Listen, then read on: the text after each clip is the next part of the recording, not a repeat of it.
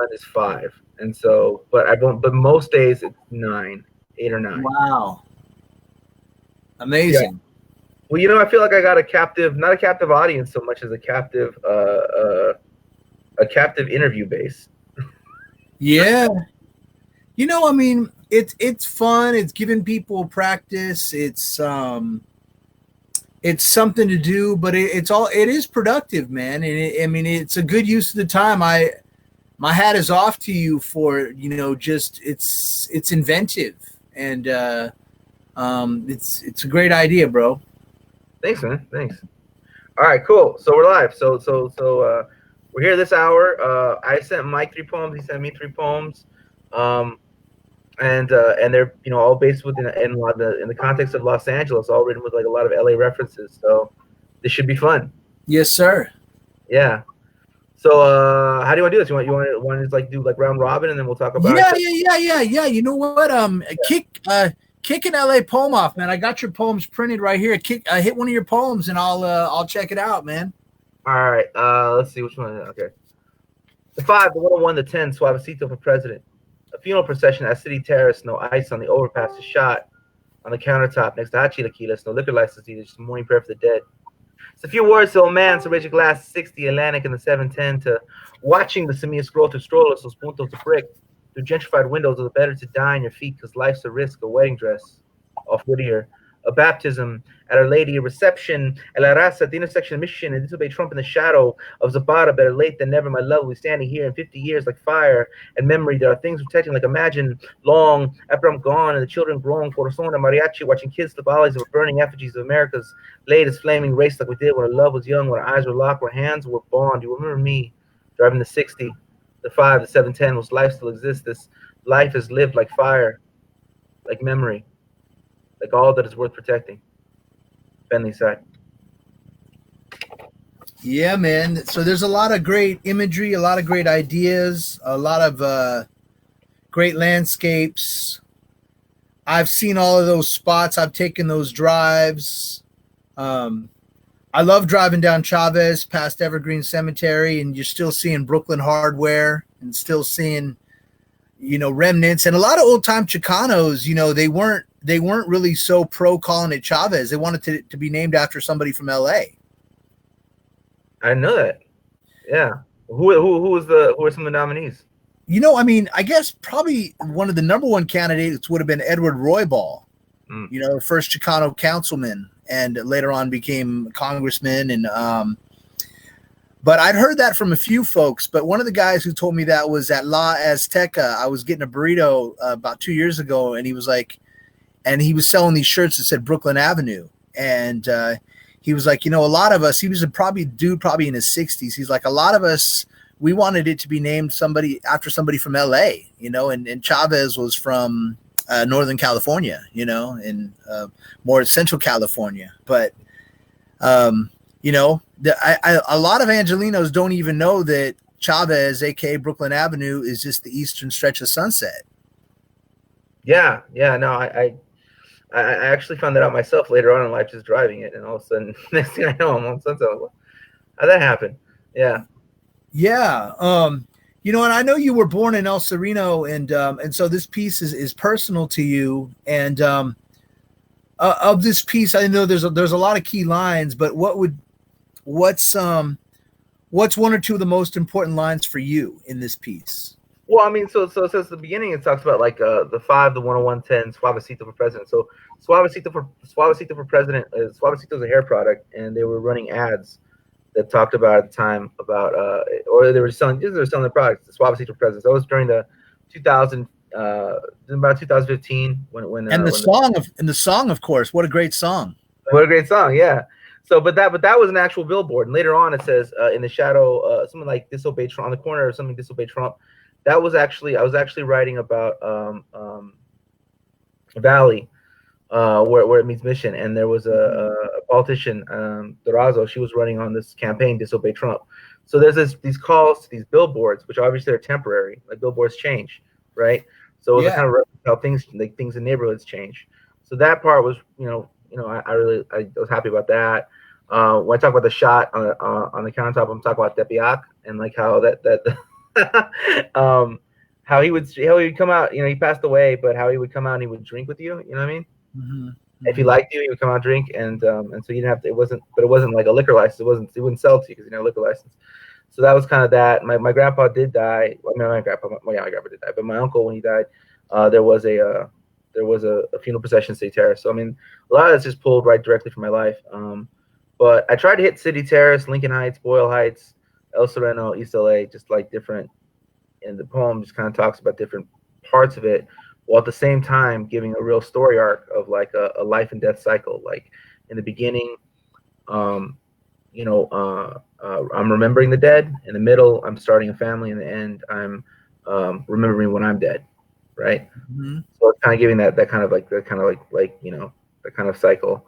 And so yeah, but within it, there's references to all kinds of different places. Have you read Helena Maria Viramontes? No.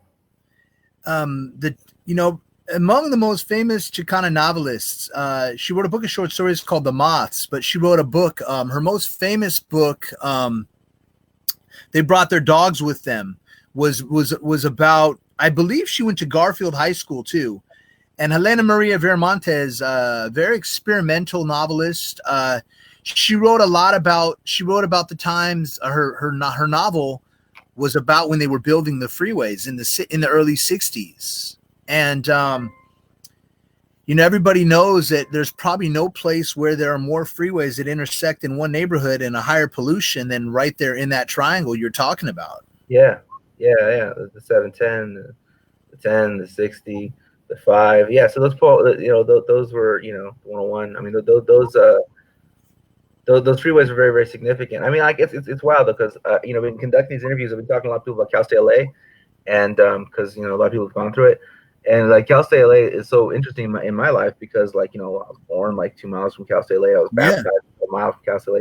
My aunt used to manage the McDonald's, the one with the automated hamburgers that come out. Yeah. She managed that McDonald's. I have my mother went to Cal State LA. One of my aunts went to Cal State LA. Two of my cousins went to Cal State LA. So I don't know. So like that whole area, right there where the freeways meet and Cal State LA is there. In Mike Davis's new book, which I'm about halfway through right now, he was saying that in the 60s, in the beginning, not only of the Chicano movement, Cal State Northridge and Cal State LA were huge. But he was saying as far as the activism history of LA, the most significant 5 schools in the 60s for activism in LA were East LA College, Southwest College, Los Angeles City College, Cal State LA, and Cal State Northridge. Now, there was the famous shooting at UCLA of the 2 Black Panthers in the late 60s, but there was actually a lot more going on at Cal State LA and at Cal State Northridge. And so Cal State LA is huge and really kind of underrated, and a lot of stuff has happened there. And so for your very own roots in that area, there's so much. And even City Terrace was actually developed by the Lamert family that, of course, developed Lamert Park. And City Terrace was Japanese, Jewish, and very much mirrored Boyle Heights. Japanese, Jewish, Chicano, but also Italian and Armenian, and just there's just this real deep history on the east side of another thing Mike Davis talks about, in the early 20th century, the only areas in LA that were truly multicultural were San Pedro and Boyle Heights in East LA. The restrictive housing covenants, of course, covered 80-90% of the city. And why are all those cemeteries in East LA?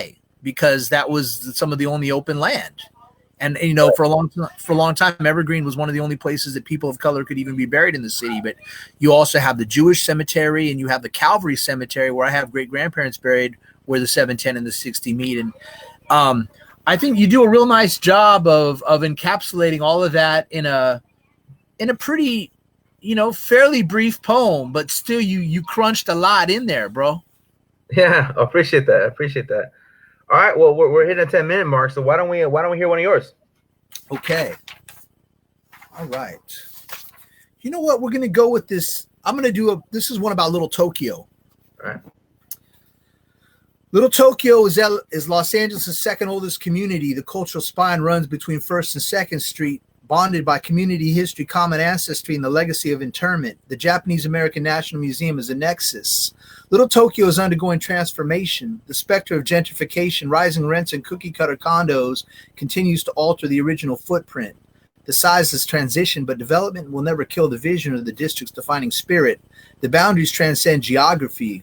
Little Tokyo is Obon dancing in the middle of 1st Street. Little Tokyo is a cultural grounding. George Abe playing flute under the grapefruit tree, browsing books in the Amerasian bookstore. Little Tokyo is Tracy Kato Kiriyama taking the stage at the Aratani Theater, or Jason Aramoto on a ukulele singing passionately, "Let My Love Surround You." Little Tokyo is Fandango Bond, bridging Japanese, Mexican, and African-American communities. Little Tokyo is over 1,000 people dancing down Holiday on Gardena on a hot August evening.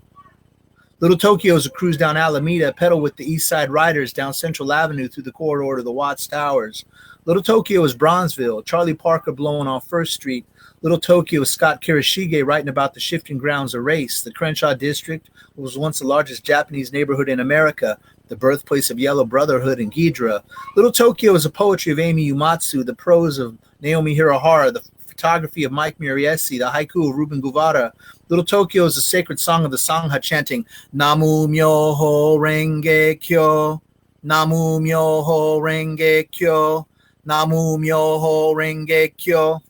Little Tokyo is a Japanese village plaza, Toyo Miyataka's camera, a picture of Kol the Sahi beer, Noguchi sculpture. Little Tokyo is skaters rail sliding in the courtyard.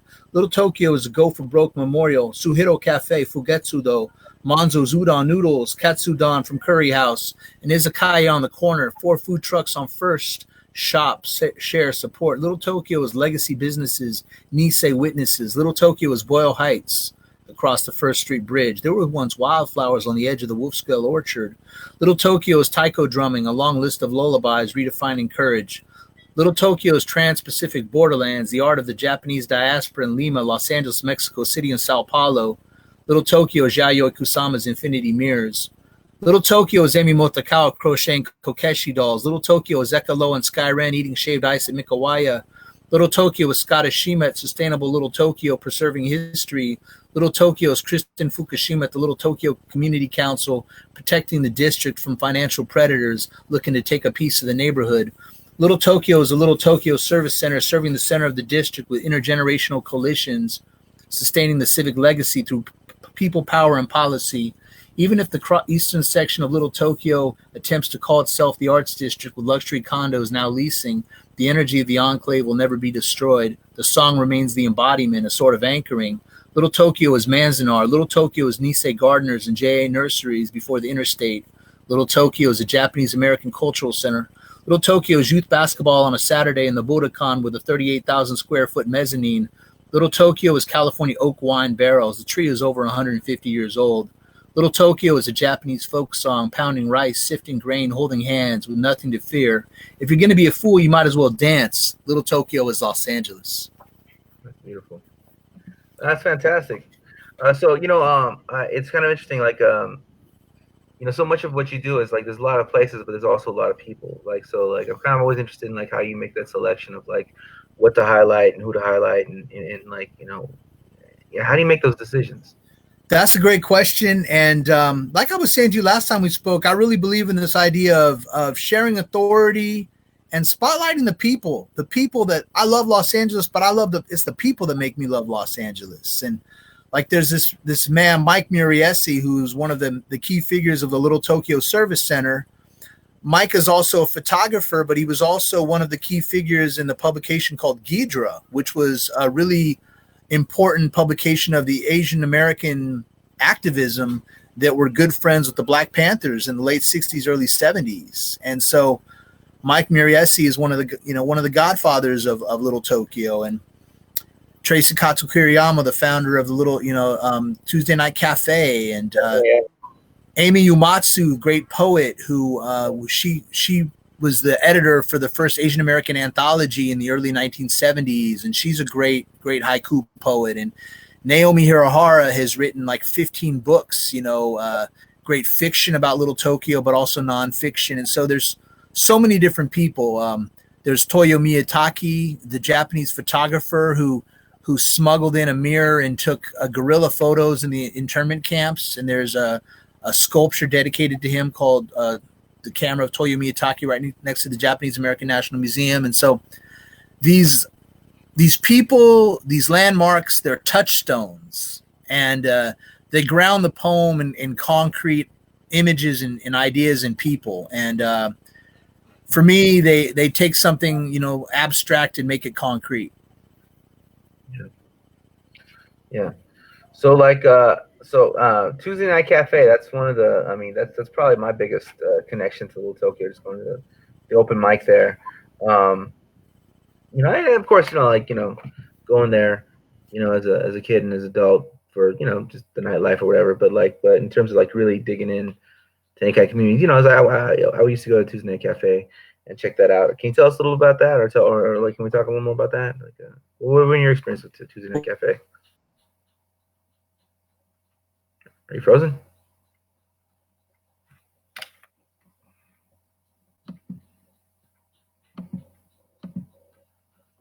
It's frozen.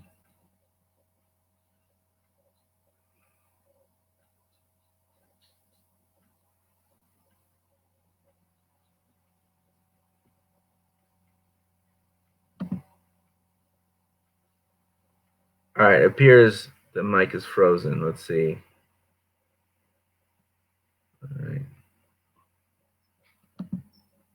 So Tuesday Night Cafe was an excellent venue that Tracy started. It's in Little Tokyo.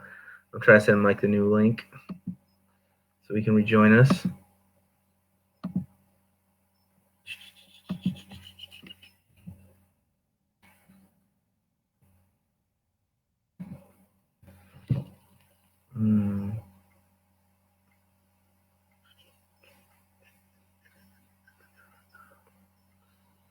Time's ticking.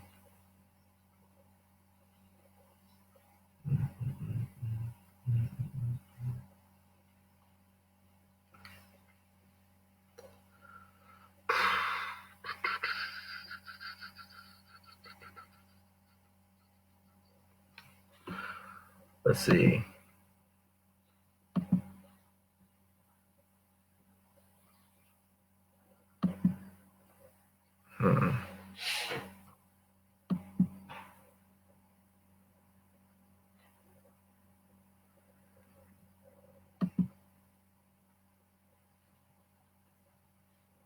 All right. Well, I think we have to reschedule this because I'm not sure when Mike's gonna be able to come back on. But we covered the first two poems, so this is part one. We'll be joined again for part two. Thanks, Mike. Not sure what happened, but we'll do it again soon. So we can always reschedule.